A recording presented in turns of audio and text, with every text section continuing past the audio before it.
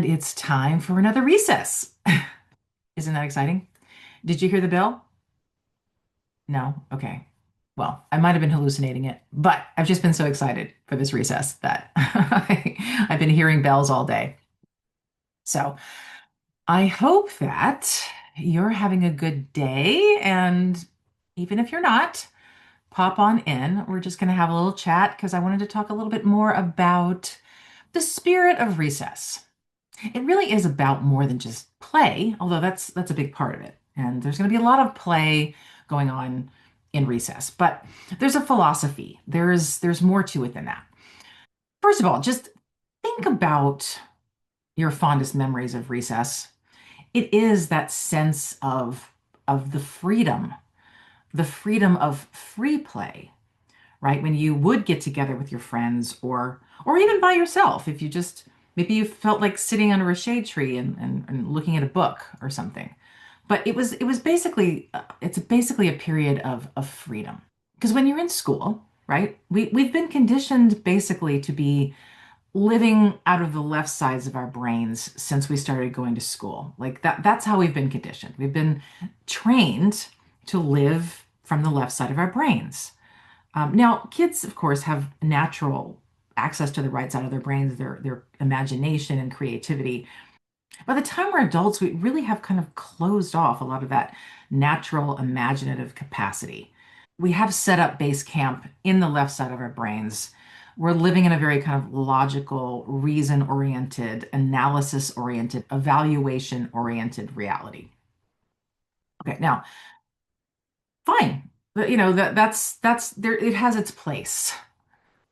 But recess, when the bell rang and we were able to like disengage from the left brain teaching and learning that happens in a classroom, that's when we could run free, run wild, run free, and just be in this space of joy and play.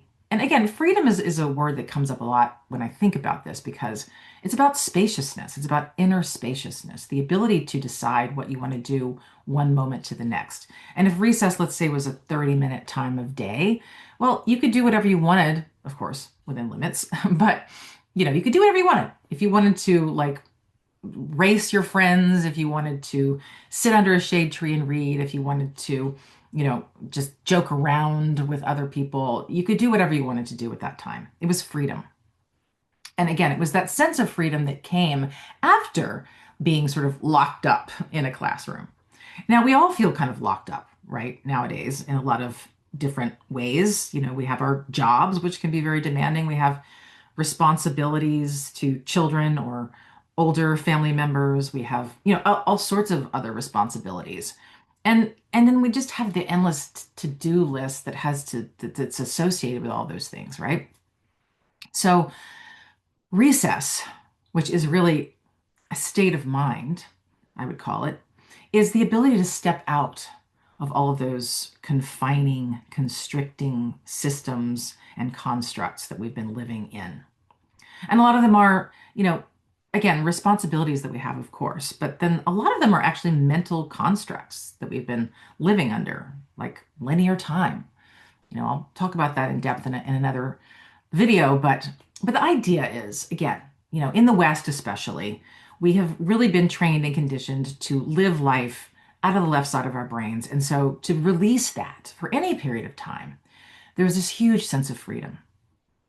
So I'm talking about recess as a state of mind, not just a state of play, but play. Think about how you feel when you're playing, or if you want to think about if it's been a while, you could think back to when you were a kid, what it felt like to play, right? There's a sense, there's a feeling that comes with playing. There's a feeling that comes with when you think about things like freedom, when you think about play, when you think about well-being, when you think about love, when you think about curiosity, even exploration, discovery, you know, all of these ideas, these concepts come with a feeling, right? Because the experience of them gives you a positive feeling.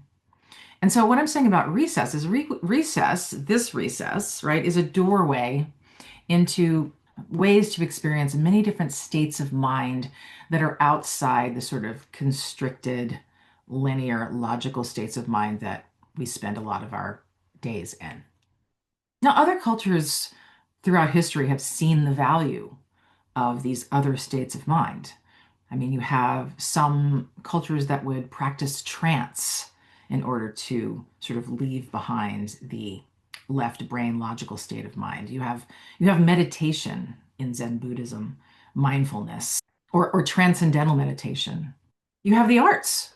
You have the creative process. If you've ever seen Elizabeth Gilbert's talk about that, that's a really good talk to watch, just about what is this mysterious creative energy that comes through us. Other rituals such as dance, or other kinds of spiritual rituals, other cultures for millennia have understood the value of that. And in the West, we've kind of gotten away from it. We've exalted this left brain, reason, logic, scientific method, and those things are great. They have their place, but maybe we have lost something in the process. In fact, I would argue we've lost a lot. So I'm here to help us return to recess, which is play, playfulness, which is humor, which is lightness, lightheartedness, joy, fun, frivolity, comedy, all sorts of things.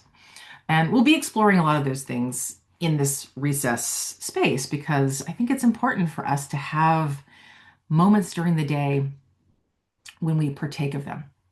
And you can certainly find a lot of like fun, frivolous, funny things on social media, but a lot of it is kind of mindless. And I don't think that's wrong because, like, I think I'm all about sometimes some mindless humor or some mindless fun, and also a lot of the humor as well has some social commentary to it, right? And there's value in that too. But in recess, we're going to look at it as something that we can access this kind of well-being throughout our day without being on social media, just within ourselves. We can find ways to tap into this fun, this playfulness, this joy, this sense of well-being, no matter what's happening in our lives. And at any time, at any moment, when we can learn how to access recess, that gives us a certain power to know that we're not stuck in misery or suffering or stress or whatever the state of mind is that you're in. So that's today's spirit of recess chat. And I would love to know what you think. And I'd love to know if this sparks anything in you. And also, I hope that you will join me for the next recess video, which will be here probably in about a week or so. Ta-ta for now. Have a great rest of your day.